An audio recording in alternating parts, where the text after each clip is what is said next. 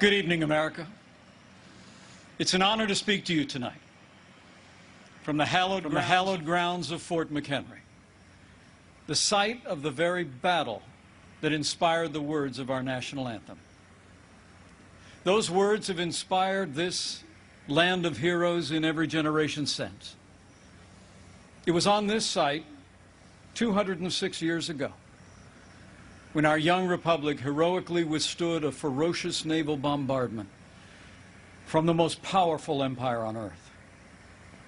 They came to crush our revolution, to divide our nation, and to end the American experiment.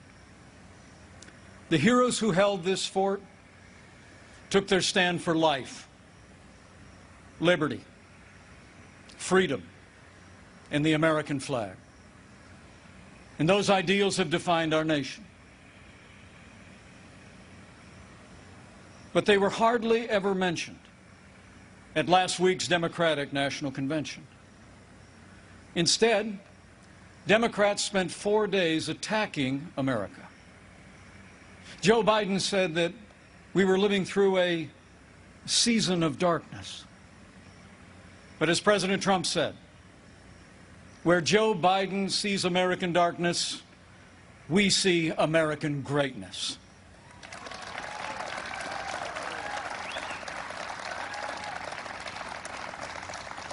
In these challenging times, our country needs a president who believes in America, who believes in the boundless capacity of the American people to meet any challenge, defeat any foe, and defend the freedoms we hold dear.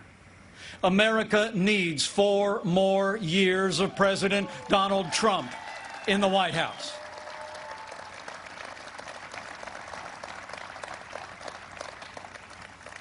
Before I go further, allow me to say a word to the families and communities in the path of Hurricane Laura. Our prayers are with you tonight, and our administration is working closely with authorities in the states that will be impacted. FEMA has mobilized resources and supplies for those in harm's way. This is a serious storm, and we urge all those in the affected areas to heed state and local authorities. Stay safe, and know that we'll be with you every step of the way to support, rescue, respond, and recover in the days and weeks ahead. That's what Americans do.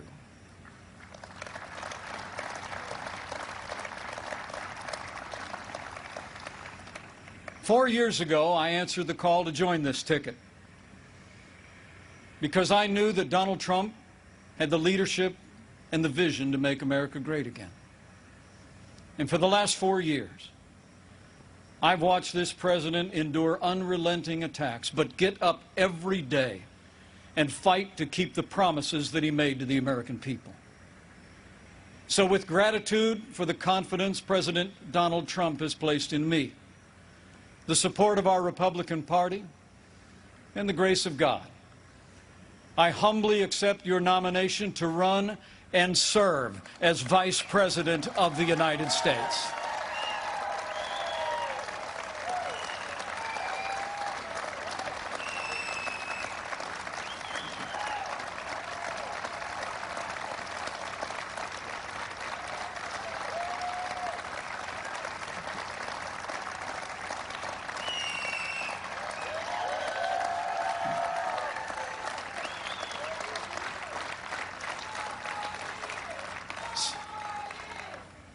Serving the American people in this office has been a journey I never expected.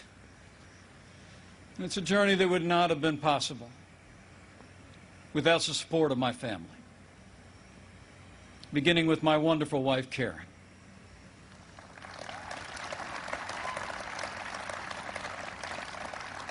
She's a lifelong school teacher, an incredible mother to our 3 children. And she is one outstanding Second Lady of the United States. I'm so proud of you. And we couldn't be more proud of our 3 children. Marine Corps Captain Michael J. Pence and his wife, Sarah. Our daughter, Charlotte Pence Bond, an author and the wife to Lieutenant Henry Bond, who is currently deployed and serving our nation in the United States Navy.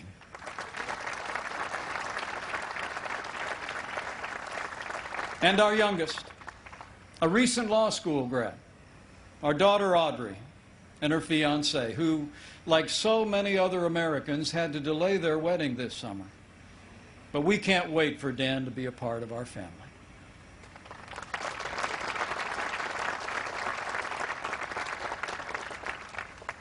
In addition to my wife and kids, the person who shaped my life the most is also with us tonight. My mom, Nancy.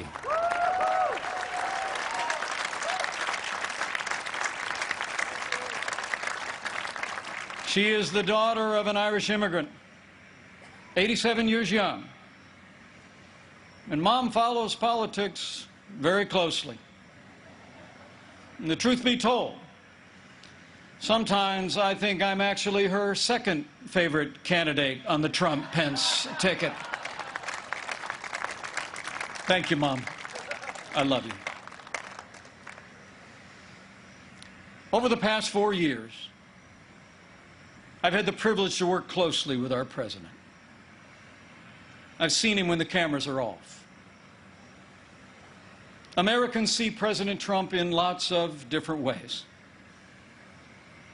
But there's no doubt how President Trump sees America. He sees America for what it is. A nation that has done more good in this world than any other. A nation that deserves far more gratitude than grievance. And if you want a president who falls silent when our heritage is demeaned or insulted, he's not your man.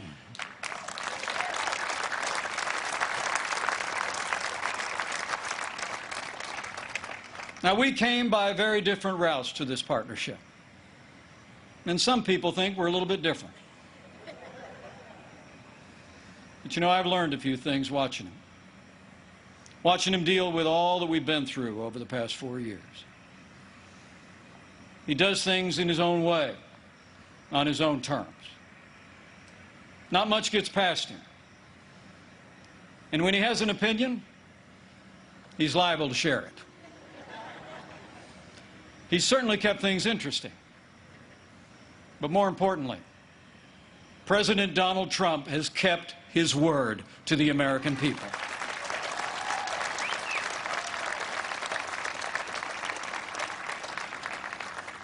In a city known for talkers, President Trump is a doer.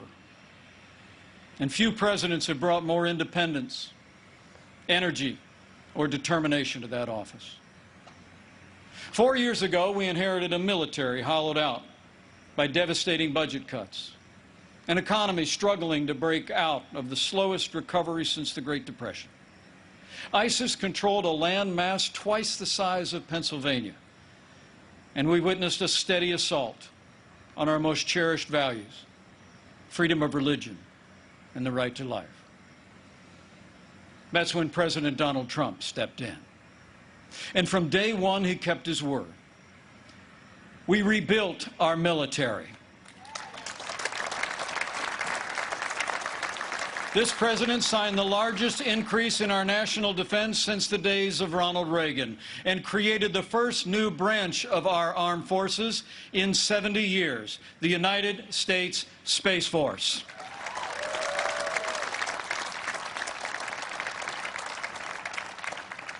And with that renewed energy, we also returned American astronauts to space on an American rocket for the first time in nearly 10 years.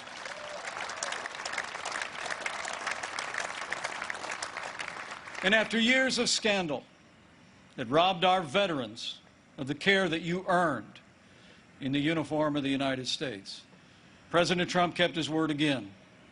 We reformed the VA, and Veterans Choice is now available for every veteran in America.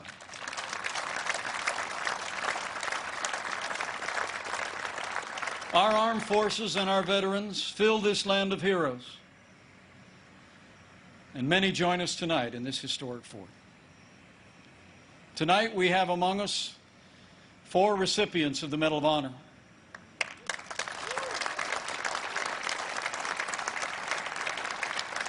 6 recipients of the Purple Heart, a Gold Star mother of a gallant Navy SEAL, and wounded warriors from Soldier Strong, a group that serves our injured veterans every day. We are honored by your presence, and we thank you for your service.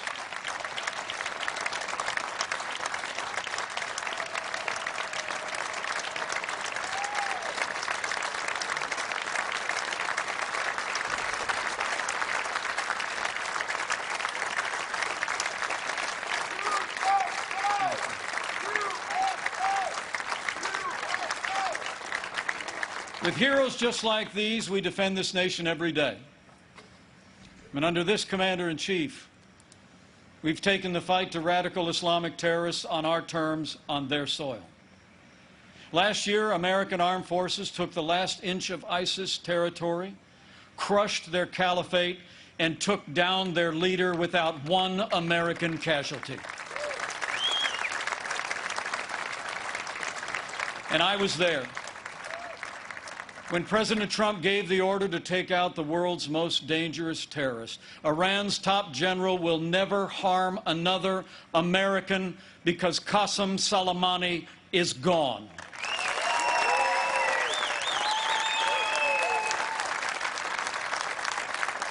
My fellow Americans, you deserve to know. Joe Biden criticized President Trump following those decisions.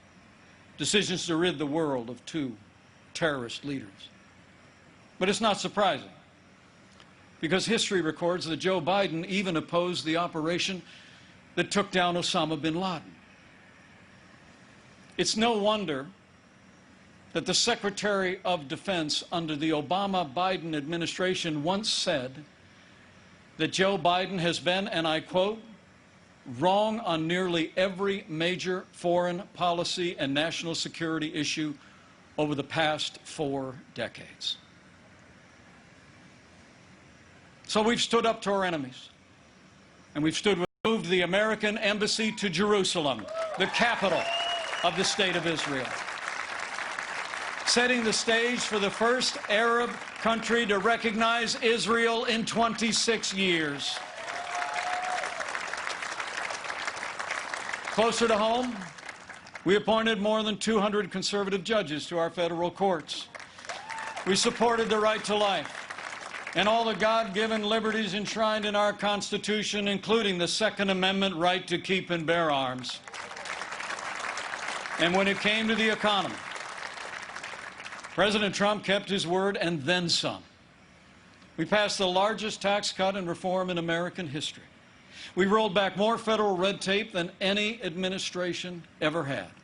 We unleashed American energy and fought for free and fair trade. And in our first 3 years, businesses large and small created more than 7 million good-paying jobs, including 500,000 manufacturing jobs all across America. Our country became a net exporter of energy for the first time in 70 years. Unemployment rates for African Americans and Hispanic Americans hit the lowest level ever recorded. And on this 100th anniversary of the woman's right to vote, I'm proud to report that under President Donald Trump, we achieved the lowest unemployment rate for women in 65 years. And more Americans working than ever before. In our first 3 years, we built the greatest economy in the world. We made America great again.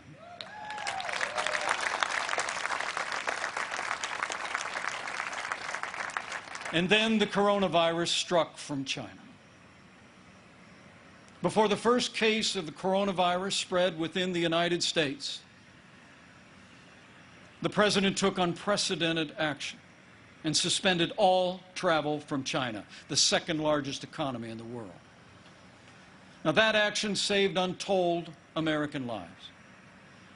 And I can tell you firsthand, it bought us invaluable time to launch the greatest national mobilization since World War II. President Trump marshaled the full resources of our federal government from the outset. He directed us to forge a seamless partnership with governors across America in both political parties. We partnered with private industry to reinvent testing and produce supplies that were distributed to hospitals around the land.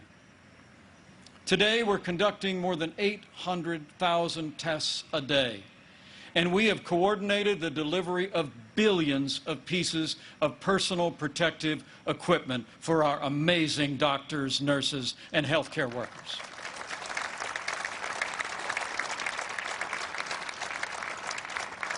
We saw to the manufacture of 100,000 ventilators in 100 days. And no one who required a ventilator was ever denied a ventilator in the United States.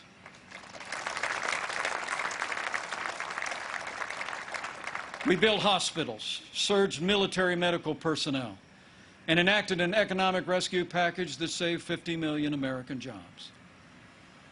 As we speak, we're developing a growing number of treatments known as therapeutics, including convalescent plasma, that are saving lives all across America. Now, last week, Joe Biden said that no miracle is coming. Well, what Joe doesn't seem to understand is that America is a nation of miracles. And I'm proud to report that we're on track to have the world's first safe, effective coronavirus vaccine by the end of this year.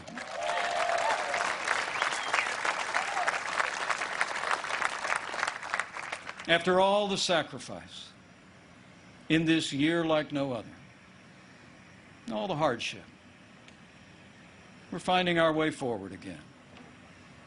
But tonight, our hearts are with all the families who've lost loved ones and have family members still struggling with serious illness. In this country, we mourn with those who mourn. We grieve with those who grieve. And this night, I know that millions of Americans will pause and pray for God's comfort for each of you. You know, our country doesn't get through such a time unless its people find strength within. The response of doctors, nurses, first responders, farmers, factory workers, truckers, and everyday Americans who put the health and safety of their neighbors first has been nothing short of heroic.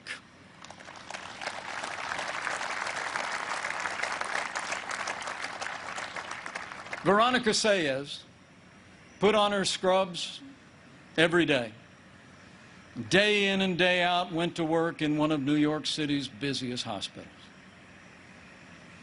She stayed on the job, put in the long hours until it was done, and then got back in her neighborhood and helped neighbors and friends struggling. Her brother William is a New York City firefighter.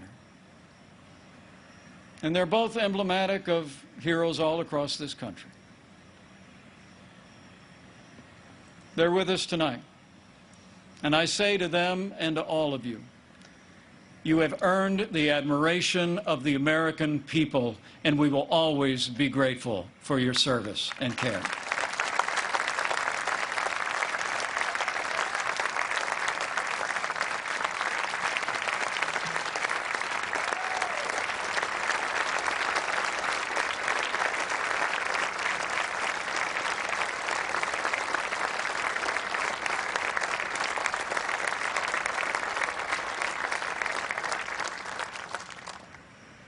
Thanks to the courage and compassion of the American people, we're slowing the spread. We're protecting the vulnerable. And we're saving lives. And we're opening up America again. Because of the strong foundation that President Trump poured in our first 3 years, we've already gained back 9.3 million jobs in the last 3 months alone.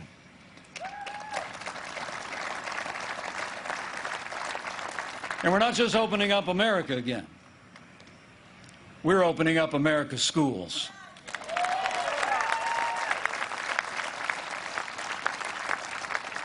And I'm proud to report that my wife, Karen, that school teacher I've been married to, will be returning to her classroom next week. And so to all of our heroic teachers and faculty and staff, thank you for being there for our kids. We're going to stay with you every step of the way.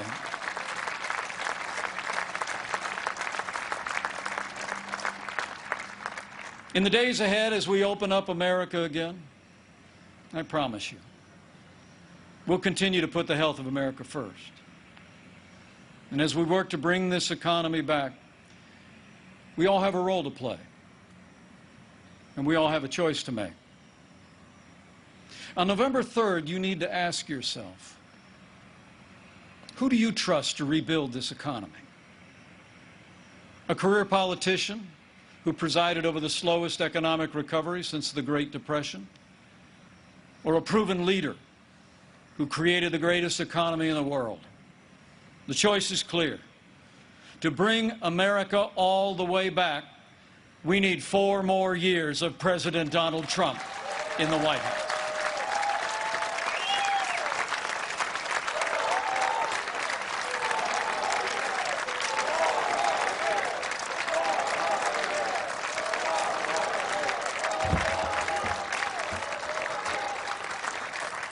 My fellow Americans, we're passing through a time of testing. But in the midst of this global pandemic, just as our nation had begun to recover, we've seen violence and chaos in the streets of our major cities. President Trump and I will always support the right of Americans to peaceful protest. But rioting and looting is not peaceful protest. Tearing down statues is not free speech. And those who do so will be prosecuted to the fullest extent of the law.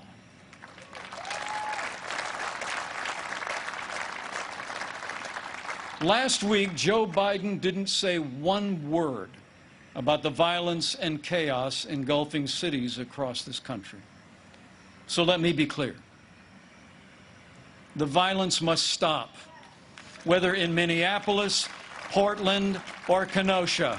Too many heroes have died defending our freedom to see Americans strike each other down. We will have law and order on the streets of this country for every American of every race and creed and color.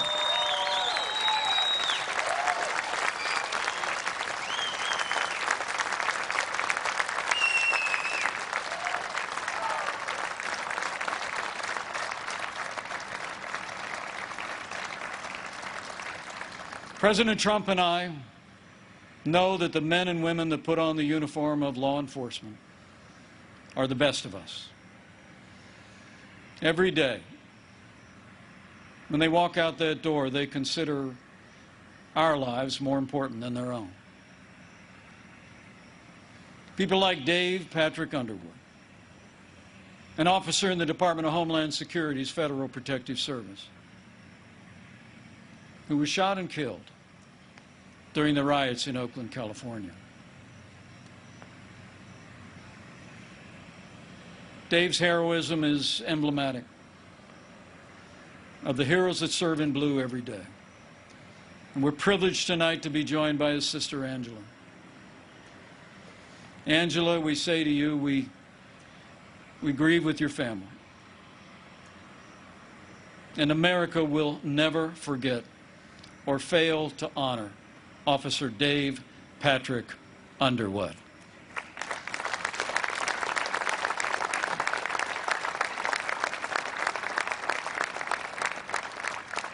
The American people know we don't have to choose between supporting law enforcement and standing with our African American neighbors to improve the quality of their lives, education, jobs, and safety.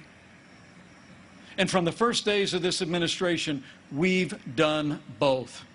And we will keep supporting law enforcement and keep supporting our African American and minority communities across this land for 4 more years.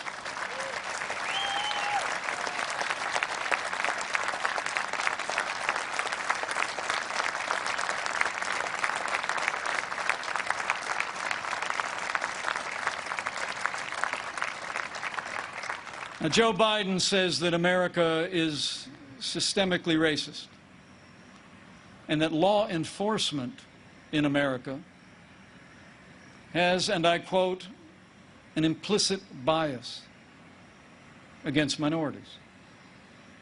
When asked whether he'd support cutting funding to law enforcement, Joe Biden replied, yes, absolutely.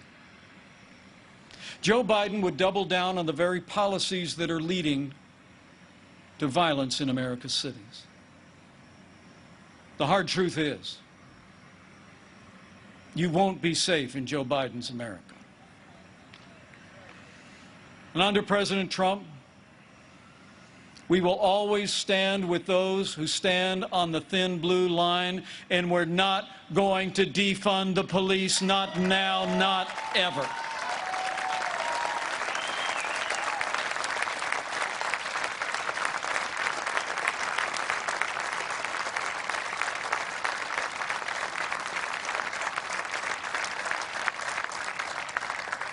My fellow Americans, we're passing through a time of testing, but soon we will come to a time for choosing. Joe Biden has referred to himself as a transition candidate, and many were asking, transition to what? But last week, Democrats didn't talk very much about their agenda. And if I were them, I wouldn't either. I mean, Bernie Sanders did tell his followers that Joe Biden would be the most liberal president in modern times. In fact, he said, and I quote, that many of the ideas he fought for, that just a few years ago were considered radical, are now mainstream in the Democratic Party. At the root of their agenda is the belief that America is driven by envy, not aspiration. That millions of Americans harbor ill will toward our neighbors instead of loving our neighbors as ourselves. The radical left believes that the federal government must be involved in every aspect of our lives to correct those American wrongs. They believe the federal government needs to dictate how Americans live, how we should work, how we should raise our children, and in the process deprive our people of freedom, prosperity, and security. Their agenda is based on government control. Our agenda is based on freedom.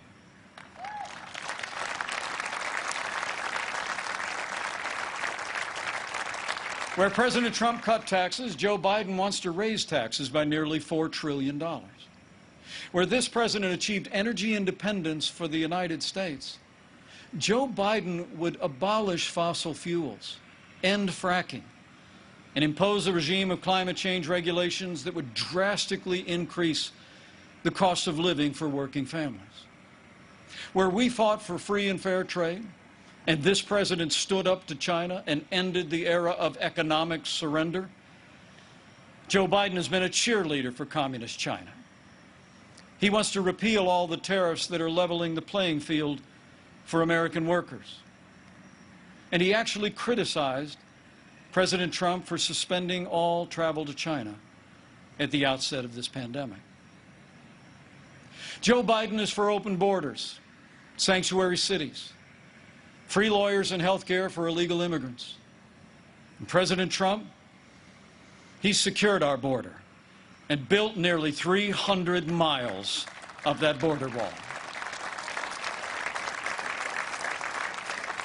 Joe Biden wants to end school choice. And President Trump believes that every parent should have the right to choose where their children go to school, regardless of their income or area code. President Trump has stood without apology for the sanctity of human life every day of this administration. Joe Biden, he supports taxpayer funding of abortion, right up to the moment of birth. When you consider their agenda, it's clear. Joe Biden would be nothing more than a Trojan horse for the radical left. The choice in this election has never been clearer, and the stakes have never been higher. Last week, Joe Biden said democracy's on the ballot. And the truth is, our economic recovery is on the ballot. Law and order are on the ballot. But so are things far more fundamental and foundational to our country. In this election, it's not so much whether America will be more conservative or more liberal, more Republican or more Democrat. The choice in this election is whether America remains America. It's whether we will leave to our children and our grandchildren a country grounded in our highest ideals of freedom, free markets, and the unalienable right to life and liberty, or whether we will leave them a country that's fundamentally transformed into something else. We stand at a crossroads, America. President Trump has set our nation on a path of freedom and opportunity. Joe Biden would set America on a path of socialism and decline. But we're not going to let it happen.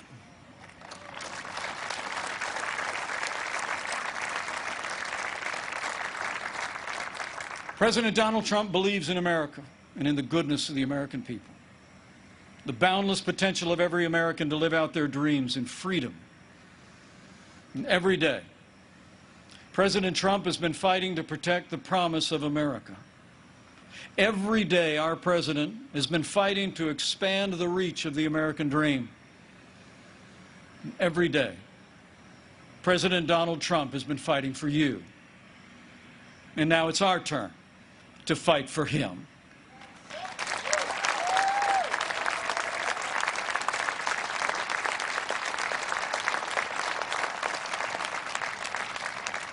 On this night, in the company of heroes,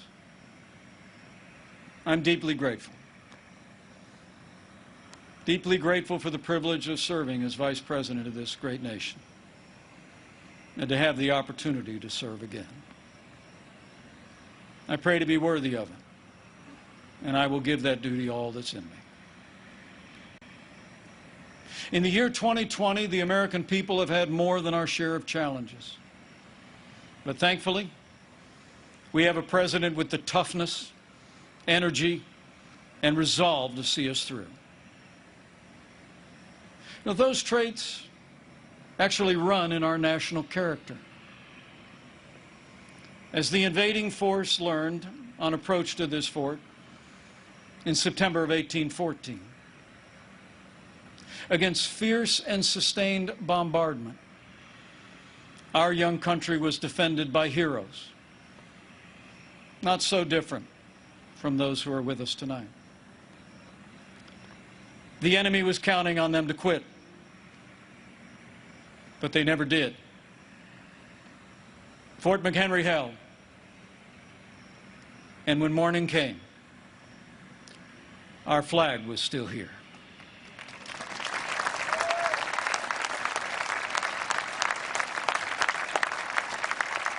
My fellow Americans, we're going through a time of testing.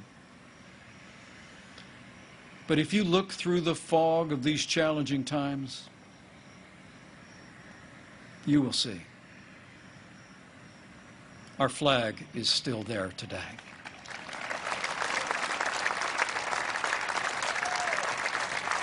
That star-spangled banner still waves over the land of the free and the home of the brave.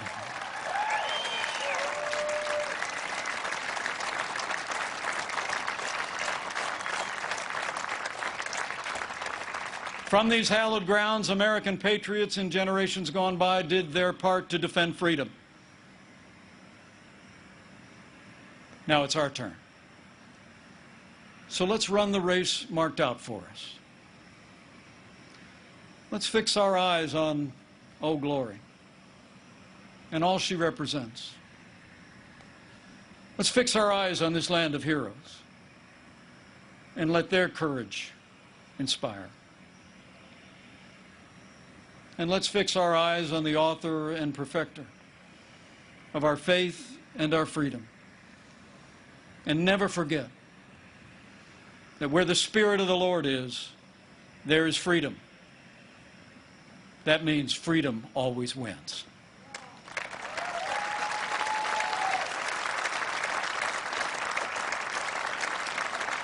My fellow Americans, thank you for the honor of addressing you tonight and the opportunity to run and serve again as your Vice President. I leave here today inspired.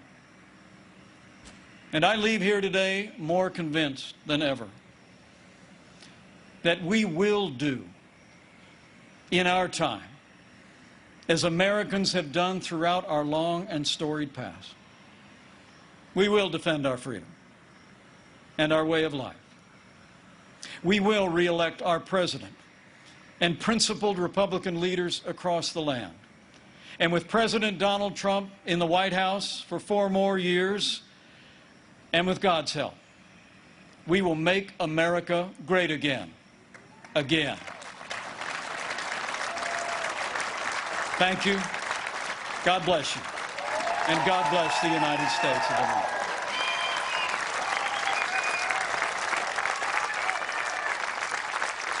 Vice President Mike Pence with a live crowd there at Fort McHenry, completing his remarks.